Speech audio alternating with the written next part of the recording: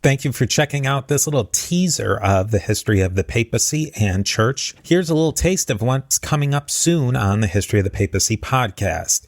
Now, if you like what you hear, I'd love it if you'd leave a rating and review on Apple Podcasts or your podcatcher of choice. If you want to support the podcast even more, consider becoming a Patreon on patreon.com/history of the papacy. There are many levels and benefits for you, and you help keep the history of the papacy going. You can learn more about all of this at historyofthepapacypodcast.com.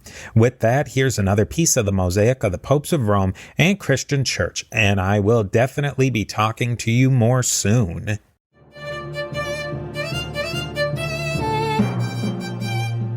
Englishman has ever been elected pope, and I think my first thought would be that, yeah, that's true. And am I correct in saying that that's true?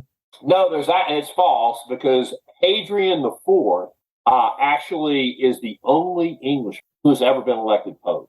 I would love to know more about him because his papacy is in the 1100s, so they don't have any real biographical information on who his parentage was or his ancestry. My guess is he would probably have been a Norman French at that point, so he probably wouldn't have been an Anglo-Saxon, but he could have been. It would be really interesting to know more about him.